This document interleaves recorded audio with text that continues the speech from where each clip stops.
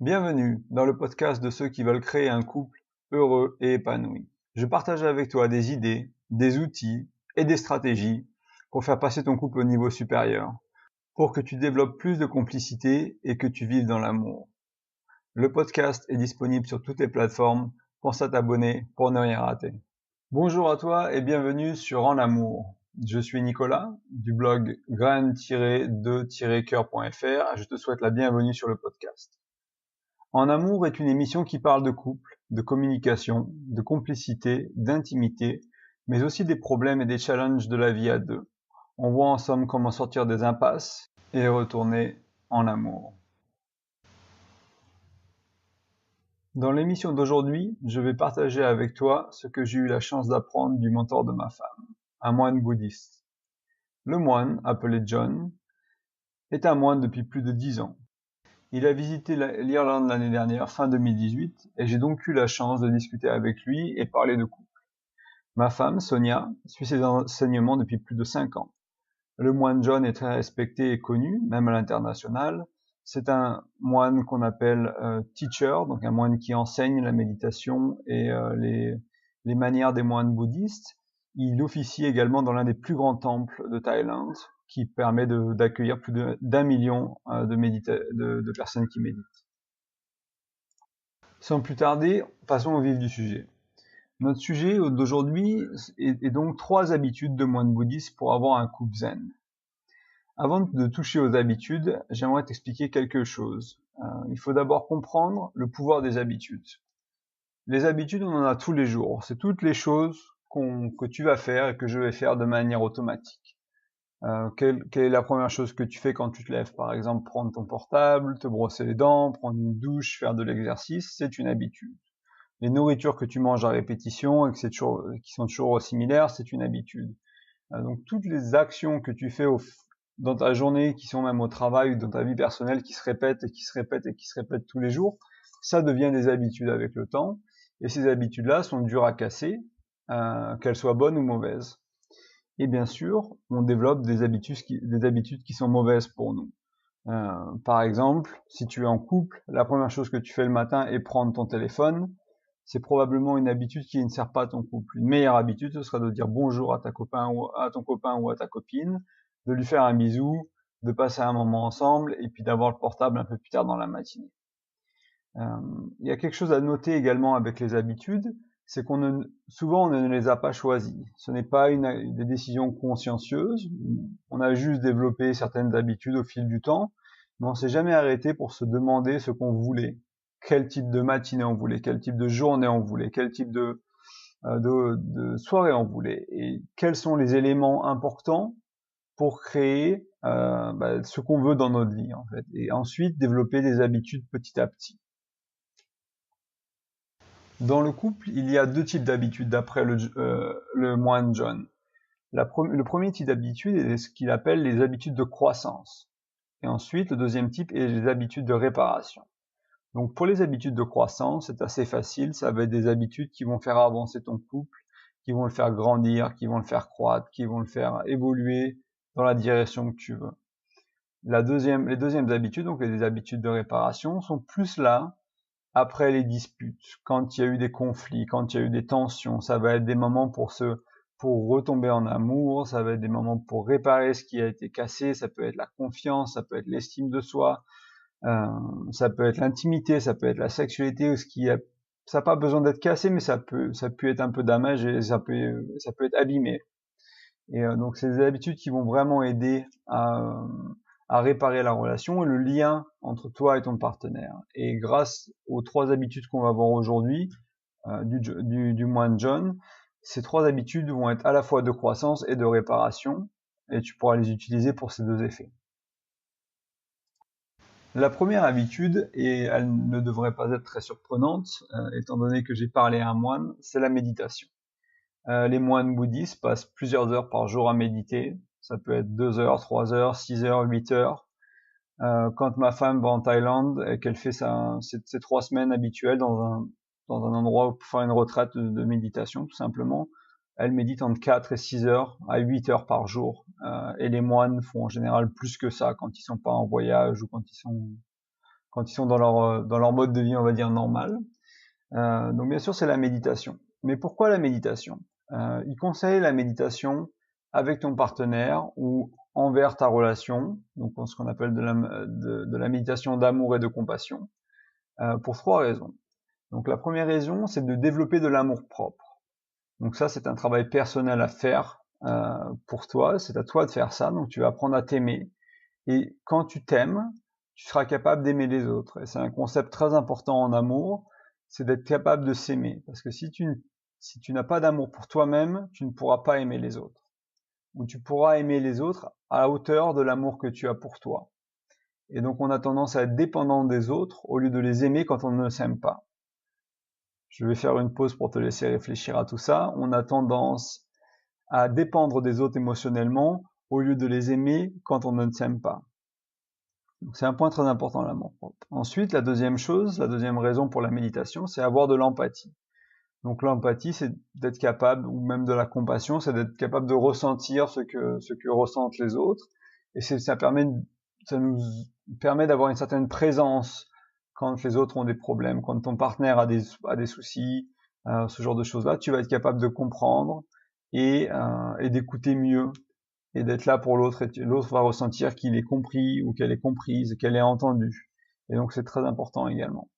Enfin, la dernière raison pour la méditation, d'après le moine John, c'est de prendre ses responsabilités en main. Il y a un terme en anglais qui est très très fort pour ça, ça s'appelle accountability, donc c'est être responsable en fait, mais c'est prendre la responsabilité de ses actes, c'est vraiment être en charge de ses actes, de ses mots, de ses pensées, de ses émotions. Donc c'est vraiment prendre le contrôle de tout ça. Et la méditation, comme ça demande une certaine discipline, il faut t'asseoir, il faut fermer les yeux, il faut respirer, il faut avoir une certaine concentration. Et tout ça pendant 5, 10, 20, 30 minutes, selon tes capacités, selon ton expérience. Ça va t'aider à être responsable, à prendre tes responsabilités en main.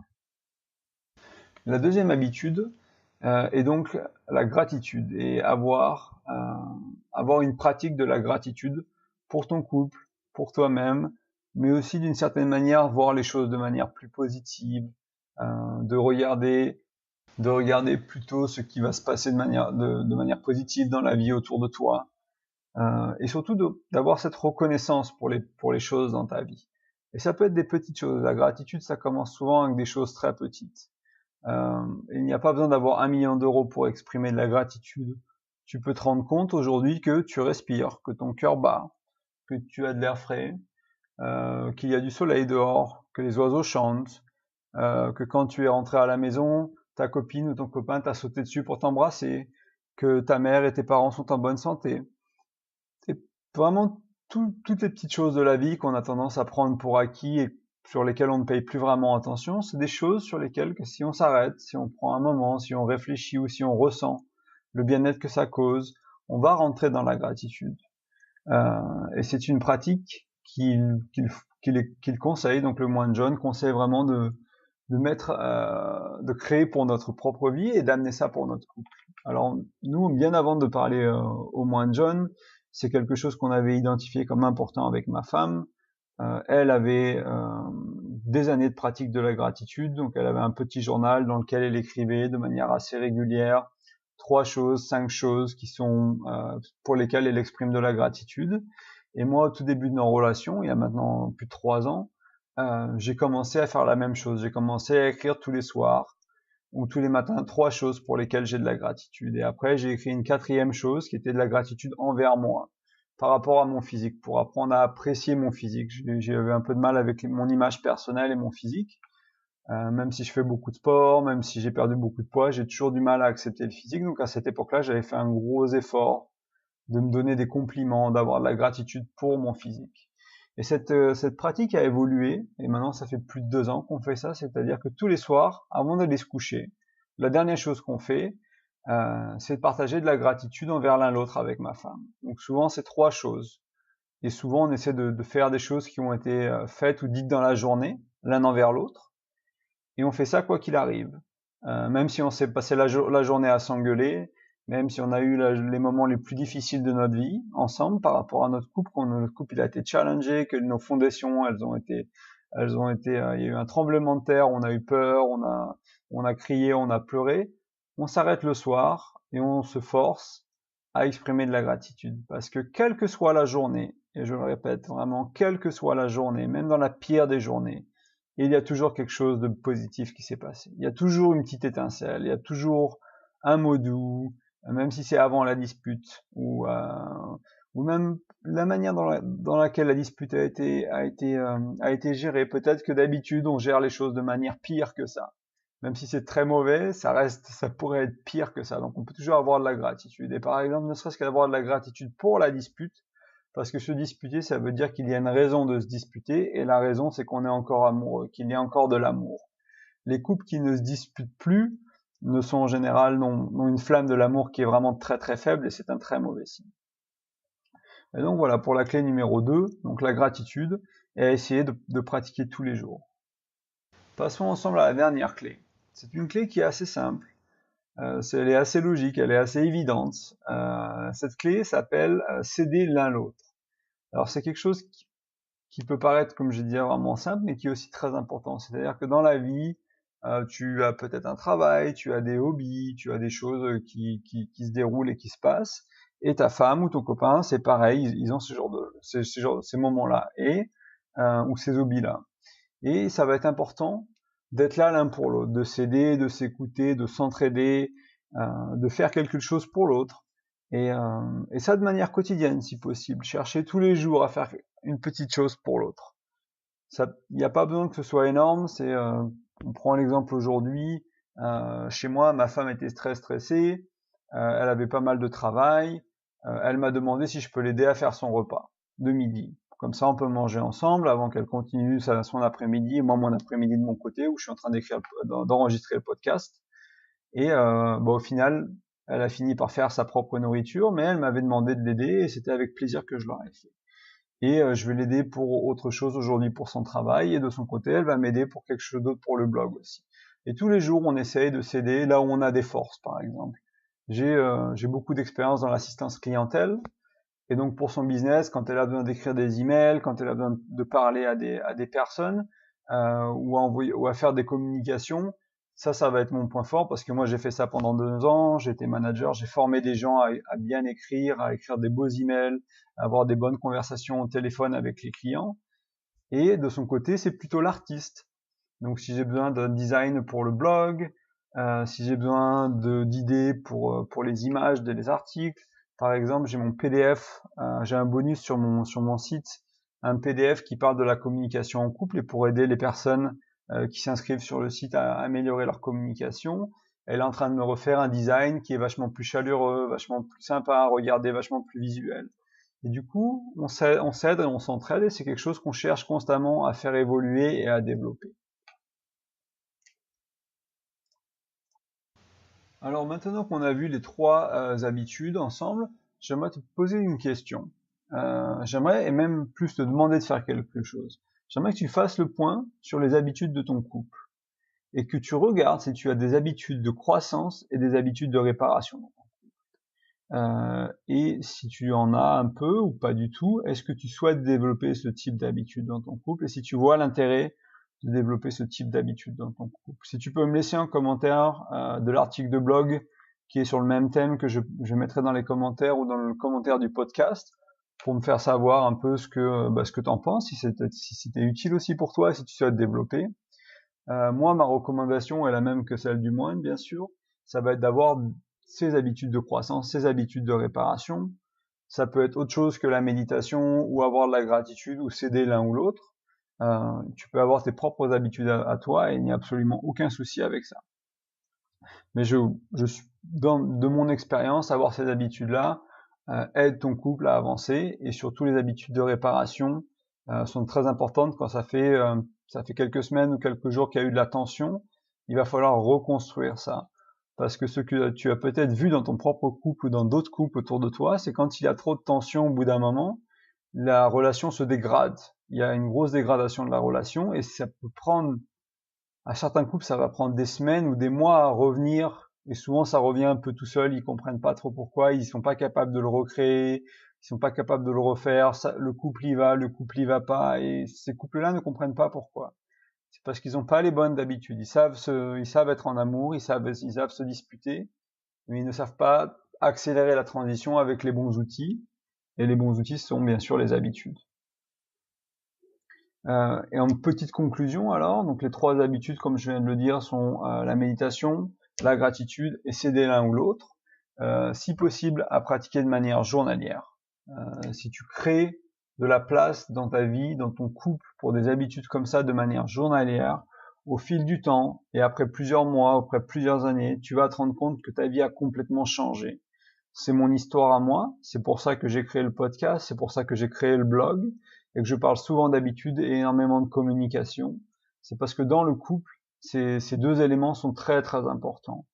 L'une des premières choses qu'on fait avec ma femme quand on voit que ça va pas, c'est qu'on se demande quelles habitudes on a arrêtées, et souvent ça veut dire qu'on a arrêté des habitudes qui étaient bénéfiques dans le couple. On a une grosse engueulade la semaine dernière, j'ai mis un article sur le blog pour en parler un peu, l'article de mercredi dernier. Je voulais partager ça avec toi pour que tu comprennes un peu que même les couples heureux sont pas heureux tous les jours. Et l'un des dénouements de la situation qui est apparu après que j'ai écrit l'article, donc quelques jours après, donc c'est pas dans l'article, donc tu as un peu une exclusivité sur le podcast, c'est qu'après nos vacances et notre lune de miel en janvier, on a laissé aller quelques habitudes. On a une bonne lune de miel, on était dans une période où on était très amoureux, il y avait beaucoup d'amour, beaucoup de passion, beaucoup de tendresse, beaucoup de gentillesse, jusqu'au moment où il y en a plus et on s'est rendu compte que nos habitudes avaient été délaissées. Et donc aujourd'hui, on remet les habitudes une à une ou 2 par semaine pour commencer, et puis petit à petit, on va remettre les habitudes pour retomber dans l'amour et retomber dans le couple. Simplement être heureux, être content d'être ensemble et ne pas s'engueuler trop souvent, ce qui est important. Avant qu'on se quitte, je t'invite à me rejoindre sur Facebook, Instagram ou Twitter. Si tu cherches Graines de cœur, tu devrais trouver soit mon image, soit mes comptes. Pour les logos, c'est soit un cœur avec une petite pouce à l'intérieur pour signifier la graine de cœur, donc vert et rouge, ou une photo de moi et ma femme le jour de notre mariage. On est tête à tête, en train de se regarder. C'est une photo qui a été prise par ma famille. C'est une photo qui est très importante pour nous. Donc tu peux me retrouver sur Facebook, Twitter et Instagram pour qu'on discute, pour me poser des questions, et aussi pour savoir quand les derniers contenus sont disponibles, les derniers articles de blog ou les derniers podcasts. Le podcast sort tous les mardis, donc on en aura un tous les mardis matin. Aussi, si tu pouvais aller sur iTunes ou n'importe où t'écoutes le podcast, me laisser un commentaire et me donner une note. C'est le podcast numéro 3, donc je suis encore à mes débuts, mais je veux vraiment avoir tes feedbacks pour chercher à améliorer l'émission, améliorer la qualité, travailler sur le contenu aussi. Donc tous les feedbacks sont les bienvenus et merci à toi. Je te souhaite une excellente semaine, sois heureux en amour, sois heureux dans ton couple et à très bientôt.